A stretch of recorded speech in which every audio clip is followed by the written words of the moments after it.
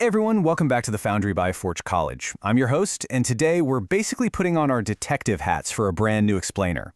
So in our previous lesson, we spent a lot of time focusing on identifying and mitigating risk management items, right? We talked a ton about theory, we talked about prevention, but, well, what happens when those preventative measures totally fail? Today, we're stepping right onto the active crime scene of a broken smart contract. We're going to track down a nasty vulnerability, secure the code, and actually leave behind an airtight audit trail. All right, let's dive right into this. Okay, so imagine you're hosting a massive buffet, right? But one sneaky guest figures out how to keep going back for prime rib without ever actually handing over their meal ticket. In the Web3 world, we call this a catastrophic withdrawal failure. It is, quite literally, the ultimate crime in decentralized finance. A user asks to withdraw their funds. The contract happily sends the money. But because of this tiny, almost invisible architectural flaw, the user can just ask for the money again and again, completely draining the entire vault. And that is exactly why we absolutely have to transition from just building robust contracts to actively troubleshooting and hunting down the broken ones. So here's our game plan for this investigation. First up, the withdrawal mystery. Then, reproducing the failure. Third, gathering audit clues. Fourth, applying the fix. And finally, putting together the debug report. Let's kick things off with Section 1, the withdrawal mystery, a fatal flaw. We're looking at a pretty messy contract here that's hiding a fatal flaw. And honestly, it's just a tiny difference in ordering that causes a massive catastrophe. If we look at the bug, the contract makes the external call, sending the ether out to the user, and only after that call finishes does it actually subtract the amount from the user's balance. But in the expected behavior, the balance is updated before the external call is ever made.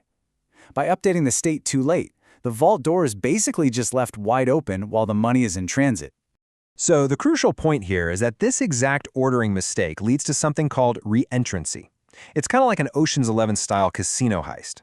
Imagine you walk up to the cashier to cash out your chips. The cashier hands you the money. But right before the cashier actually updates the ledger to show you have 0 chips left, you quickly tap your accomplice on the shoulder and they ask the cashier to cash out those exact same chips again. Because the ledger hasn't been updated yet, the cashier thinks you still have a balance. Crazy, right? The malicious contract basically re-enters the withdrawal function, looping over and over, draining the funds before the balance ever reaches 0. Moving on to Section 2, reproducing the failure. Basically, recreating the crime scene. Any good smart contract detective knows you have to first recreate the crime in a controlled environment. We usually use a local test runner like Hardhat or Foundry for this. And to do it right, we follow 4 concrete steps. Step 1, you write a minimal failing test case. We want the absolute simplest code possible that isolates that withdrawal behavior. Step 2, simulate a malicious receiver. Essentially, you create a dummy attacker in your test suite that actively tries to double dip. Step 3, assert the before and after balances so you can mathematically prove the theft actually occurred. And finally, Step 4, capture the failing trace. We want to deterministically trigger that failure and grab the exact transaction hash and error message. That is our physical evidence. Next up is Section 3, gathering audit clues. Let's find those fingerprints. So now we're transitioning from just watching the robbery happen to actually dusting for fingerprints. I absolutely love this quote here because it highlights a really crucial mental shift. When you first start coding, you rely heavily on things like console.log to see what's going on under the hood. But in smart contract development, you've got to use structured solidity events. Events are permanently written to the blockchain's transaction receipt. They create this incredibly reliable, machine-checkable trace that turns a super vague transfer failed error into a highly precise timeline of exactly what the state looked like right before the crash.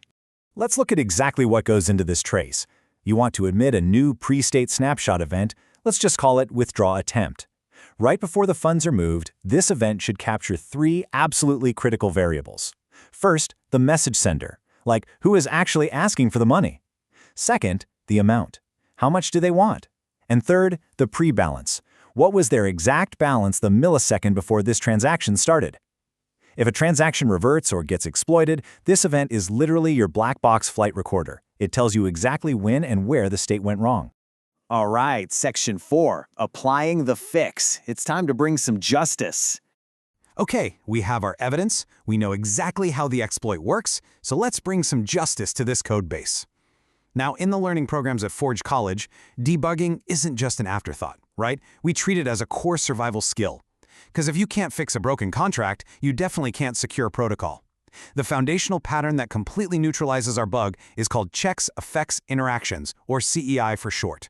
It's a very strict rule for architectural ordering. First, checks. You validate your inputs, make sure the user actually has enough balance. Second, effects. You update the state, meaning you subtract the balance from the user's account immediately. And third, interactions. You finally execute the external call to send the ether. By forcing that balance update to happen before a single drop of money leaves the contract, the attacker has a zero balance by the time their malicious code tries to re-enter. It's brilliant. Let's see how this builds into an actual architectural blueprint. In the vulnerable setup, we have call, then update balance, then emit. I mean, it's totally backwards. But in the secure version, we follow CEI and our audit rules. We emit the pre-state snapshot to log our start. We update the balance, that's the effect. We make the call, the interaction. And finally, we emit a post-state success event. This simple reordering completely secures the contract against reentrancy, all while providing a beautiful, crystal-clear audit trail.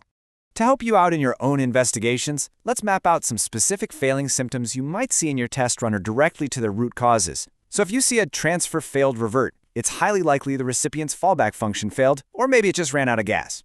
If you see a double dip where extra funds are drained, you know immediately you've got a state update happening after an external call, a total CII violation. And if you see absolutely no events in the receipt, well, your transaction reverted before the emit line was even reached. Keep this little matrix handy. Seriously, it's going to save you hours of head scratching. And that brings us to Section 5, the debug report, our finalized case file. Every closed case needs a finalized case file, right? You don't just fix the code and walk away. You have to document it to prove to auditors, your team, and honestly yourself, that the vulnerability is definitively squashed. Your debug report should be concise but really comprehensive.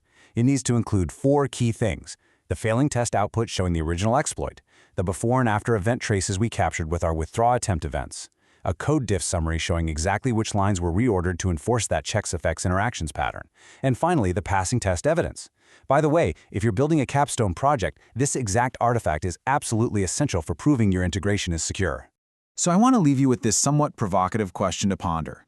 Is your audit trail clear enough to survive the real world? Think about it. If your contract gets attacked tonight, will your logs tell you exactly what happened, or will you just see some vague revert error? Verifiable traces aren't just a nice-to-have. They are quite literally the bedrock of Web3 security. I highly encourage you to visit forge.college to learn more about this subject and explore other fascinating Web3-related topics and educational resources. Thanks so much for joining me on this explainer. Stay curious and happy debugging.